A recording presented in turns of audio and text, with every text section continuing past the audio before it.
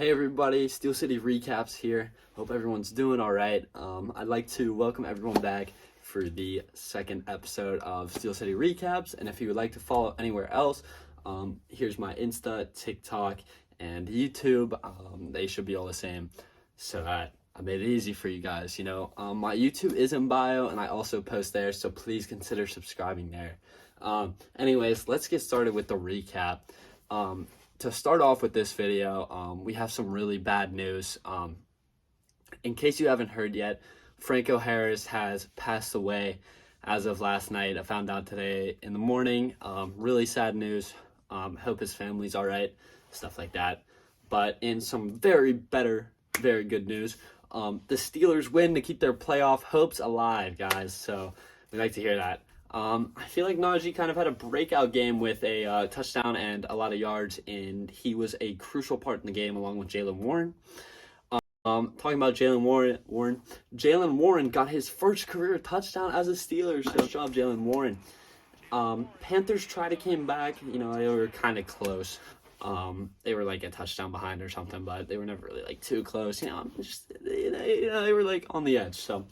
They tried to came back, but then we got a Boswell field goal, and after the Boswell field goal, it's over, like, for the Steelers, He just kind of shuts the team down, right? Anyways, Mitch was 17 for 22 on pass attempts, which is very good. Mitch came back, and he wanted to prove to Steeler Nation that last week was a mess up, and that he kind of apologized to us in a way. He did pretty good. Deontay, 10 receptions for 98 yards. Pretty good if you ask me. No touchdown, unfortunately, but he played really good and was a crucial part of the offense this week. Now let's talk about the Penguins, who are on fire right now. The Penguins versus the Panthers on Thursday night. The Penguins win. Jarry with one of the biggest games he has had in a while and all season. Great game by him. He was standing on his head, made many great saves against the Panthers, and definitely helped us close out the win. Which was great. Chris Letang scored on the penalty kill for a shorthanded goal, which was incredible. 2-on-1 down the side, and he just put it past Bobrovsky. A great goal. Third game back from a stroke, too. Let's put that on the board. Letang is playing great right now and has been ever since he's come back with his unfortunate stroke. That's what we like to see. The final of that game was 4-2. Penguins win. Penguins versus Hurricanes Sunday. So Sunday was one of the best days that I've had for sports almost ever. We had the World Cup at 10, Steelers game at 1, then the Penguins, and then we had Sunday Night Football. What a day, right, guys? I thought the France game was pretty uneven, but we're not talking about that right now, guys. We do not care. Penguins game. Penguins versus Hurricanes. Loss versus Carolina and their 7-game streak. Very disappointing. Tough game. Chad Ruhwedel is kind of my guy to blame here. You guys will probably agree with me if you saw the game. Chad Ruhwedel, I'll put it on screen right now for you guys just to see it. Jay just chops it one. It finds Jesper Fast out front. Bristoli scores! Left to Smith out to dry. It was a horrible pass. Should not have even went more than the crease, It was to Jordan Stahl who got the game winner, make it 3-2. Game was over. We gave it all we had, but, guess what, guys? We play them again tomorrow night, Thursday, at our own house. So if you're going to that game, be loud and make sure they know that it's our house, right, everybody? Let's just see what we got against this Carolina team. Carolina's good, so let's try and win against them and, kind of intimidate them a bit, A win versus this team would be nice. They're number 1 in the Metro as of December 21st. So, yeah. In some incredible news, last night, great game. This was one of the best games I think I've ever seen as a Penguins fan. Penguins looked down and out after a bad goal.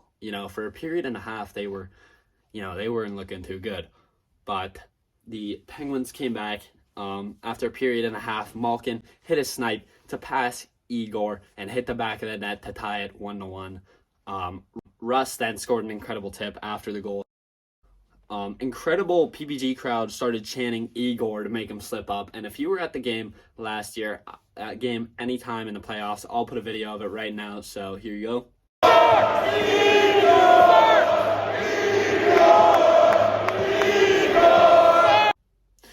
It was incredible. Crowd was screaming. Everyone went crazy. It was just great crowd by PPG. Just incredible. In case you don't know how much this game meant, last season the Rangers had some illegal hits in the playoffs, all of this in the playoffs, injured our players and stuff like that. We had our backups in and our third string goalie in the playoffs. We were not healthy at all.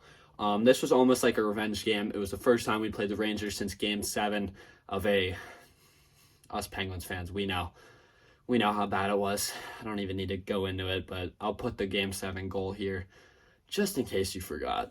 Shoot, scores!